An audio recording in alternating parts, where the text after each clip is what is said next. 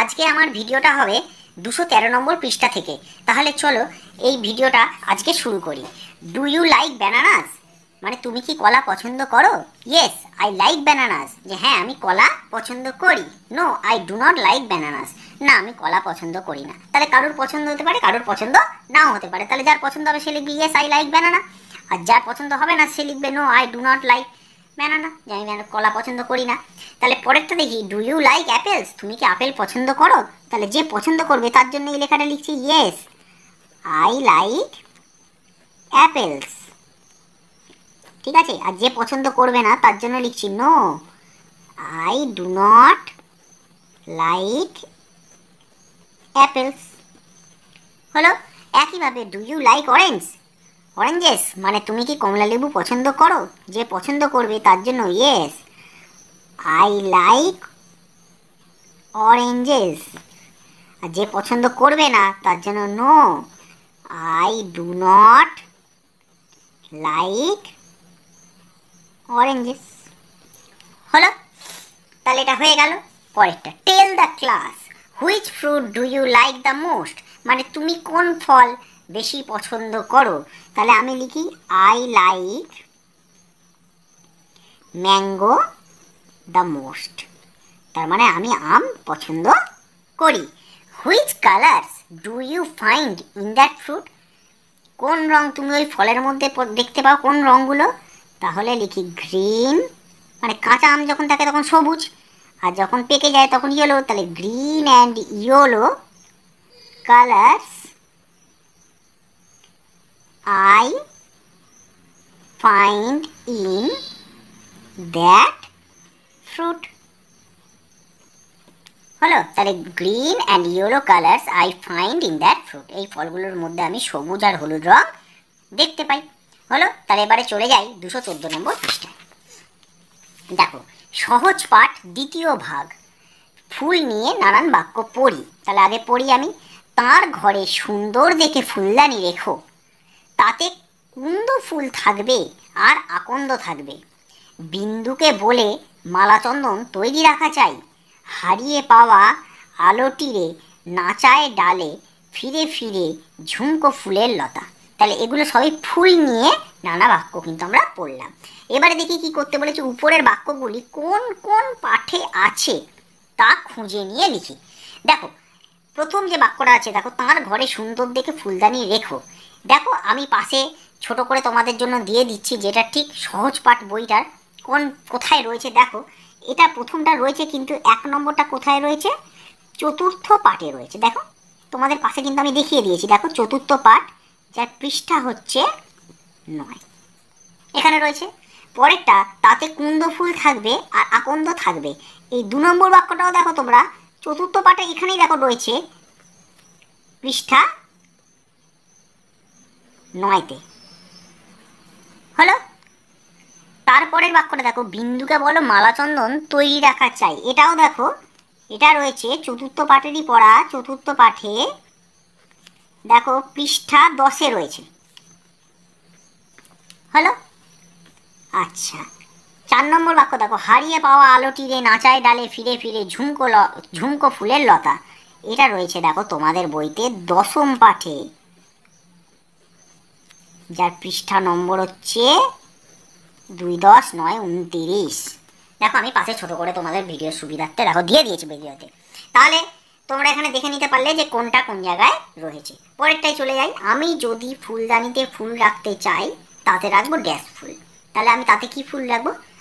তোমাদের যেটা ইচ্ছা তোমরা সেটা লিখবে। আমার ইচ্ছা গোলাপ, তো আমি লিখলাম গোলাপ ফুল। তোমাদের যদি অন্য ফুল ইচ্ছা হয় তাহলে তোমরা অন্য ফুল লিখবে। হলো। এবার আমার প্রিয় ফুল নিয়ে কয়েকটি বাক্য লিখি, তাতে লিখবো ফুলের নাম। আচ্ছা, একটা একটা করে লিখি। আমার প্রিয় ফুলের নাম শিউলি। তোমাদের যার যেটা পছন্দ সে সেটা কিন্তু লিখবে। রং কি? আচ্ছা, তাহলে রং হলো শিউলি ফুলের রং সাদা। কোন ঋতুর ফুল? এটা শরৎ ঋতুতে হয়। তাহলে শিউলি ফুল ফোটে শরৎকালে, গন্ধ আছে কিনা? এই ফুলে ভীষণ সুন্দর মিষ্টি গন্ধ আছে। হলো, তাহলে বাক্যগুলো আমার কিন্তু লেখা হয়ে গেল।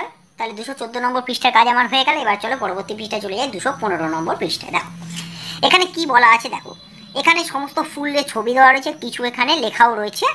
ফুলদানিতে দেখো তো ফুল আছে কি না, না থাকলে দেখো তো ফুলের নাম তৈরি করতে পারো কি না। এখান থেকে ফুলের নাম আমাদের সোজা কথায় হচ্ছে তৈরি করতে বলা হয়েছে। তাহলে চলো আমরা একটা দিক থেকে শুরু করি। দেখো এখানে 6টা ফুলের নাম লিখতে বলা হয়েছে। আচ্ছা আমরা দেখে নিই কী করা যায়। দেখো এখানে চন্দ্রটা আমরা চোখে পড়ছে, চন্দ্র, আর এখানে দেখো মল্লিকা। তাহলে এই দুটো মিলিয়ে কিন্তু আমরা করতে পারি কি চন্দ্রমল্লিকা। তাহলে চন্দ্র মল্লিকা হলো। আর কি করতে পারি আমরা দেখি, এ দেখো সূর্য, আর আমরা দেখতে পাচ্ছি মুখী, তাহলে সূর্যমুখী। তাহলে আমরা লিখি সূর্যমুখী হলো। আর কি দেখতে পাচ্ছি আমরা দেখি, এ দেখো প রয়েছে, প আর দয়ে ময়, তাহলে পদ্ম, প আর দয়ে ময় পদ্ম হলো। এবারে কন্দ দেখছি, তার মানে এটা আ আর কন্দ, তাহলে আকন্দ, আকন্দ হলো। আচ্ছা আর কি দেখছি আমরা, কৃষ্ণ দেখতে পাচ্ছি আর চূড়া দেখতে পাচ্ছি, তাহলে কৃষ্ণচূড়া, কয়েরই পেট কাটা মধ্যে নয়ে, চয়ে দীর্ঘ, ডয় শূন্য রয়ে আকার। আর আছে রজনী, আর এদিকে দেখছি গন্ধা, তাহলে রজনীগন্ধা। তাহলে আমরা এখানে ফুলের নাম তৈরি করতে পারলাম, হয়ে গেল। এবারে পরেরটায় চলে যাই। দেখো এসো মেলাই কোন ফুলের কি রং। দেখো জবা, গোলাপ, অপরাজিতা, জুঁই, গাঁদা, নীল, গোলাপি, সাদা, হলুদ, লাল। এখন প্রশ্ন হচ্ছে গোলাপ ফুলের রং তো অনেক রকমই হয়, সাদাও হয়, হলুদও হয়, লালও হয়, গোলাপিও হয়। তাই জন্য এখানে মেলানোর কিন্তু একটুখানি মুশকিল হয়ে পড়বে। তাই জন্য সুবিধার্থে যে ফুলগুলোর রং আমরা আমরা একই রকম পাবো, সেই ফুলের রং মানে ঠিকঠাক পাবো, সেই ফুলের রংটাই কিন্তু আমরা আগে লিখে ফেলবো। যেমন ধরো জবাটা সচরাচর আমরা লাল দেখতে পাই, হলুদ জবাও হয় না তা না, বা গোলাপি জবাও হয়। দেখো অপরাজিতাটা নীল, এটাকে আমরা আগে দাগ দিয়ে দিই, কারণ নীল আর অন্য কিছু হবে না, হয়েছে। গাঁদার রং হলুদ আমরা পাই, তাহলে গাঁদাটা হলুদ করে দিই, জুঁইটাকে সাদা করে দিই হলো। এখন গোলাপ আর জবা, জবাকে সাধারণত আমরা লালই রেখে থাকি, তাই জবাটাকে লাল করি, আর গোলাপটাকে আমরা তাহলে গোলাপি রং করে দিই, তাহলে হলো। আচ্ছা এবারে প্রিয় দুটি ফুলের ছবি আঁকি ও রং করি। এটা তোমাদেরকে খাতায় আঁকতে হবে, এটা আমি আর এঁকে দেখাচ্ছি না। যার যেটা ফুল, যে ফুলটা পছন্দ সে কিন্তু সেই ফুলটাকে আঁকবে, এঁকে কিন্তু রং করবে। হয়ে গেল 215 নম্বর পৃষ্ঠা। এবার চলে যাই পরবর্তী পৃষ্ঠায় 216 নম্বর পৃষ্ঠায়। দেখো 216 নম্বর পৃষ্ঠায় কি বলেছে, এখানে কতগুলো ফুলের নাম রয়েছে। উপরের তালিকা থেকে কোন ফুলটি কোন ঋতুতে পাওয়া যায় তা লিখি, আর আমার চেনা ফুলের নামও যোগ করি। তাহলে এর সাথে যেগুলো আমাদের ইচ্ছা হবে সেখানে যোগ করব। তাহলে প্রথমে আছে গ্রীষ্ম। দেখো গ্রীষ্মতে এখানে কি কি ফুল ফোটে আমরা একটু দেখি। দেখো এখানে যেগুলো দেখতে পাচ্ছি নামগুলো, তার মধ্যে গ্রীষ্মকালে ফোটে এই কদম ফুলটা ফোটে, আর এই বেল ফুলটা গ্রীষ্মকালে কিন্তু ফোটে। তাহলে আমরা এখানে কিন্তু লিখি কদম ফুল,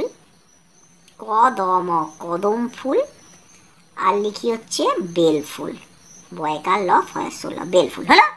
বর্ষাকালে ফোটে, দেখো এখানে যেগুলো দেখতে পাচ্ছি শাপলা ফুল, জলের মধ্যে ফুটতে তোমরা দেখবে শাপলা ফুল, এই শাপলা ফুলটা কিন্তু বর্ষাকালে ফোটে, তাহলে শাপলা ফুল হলো। শরৎকালে কি ফোটে, শরৎকালে ফোটে দেখো এখানে যেগুলো রয়েছে তার মধ্যে থেকে দেখি শিউলি ফুল ফোটে আর কাশ ফুল ফোটে, তাহলে শরৎকালে ফোটে শিউলি ফুল আর ফোটে হচ্ছে কাশ ফুল।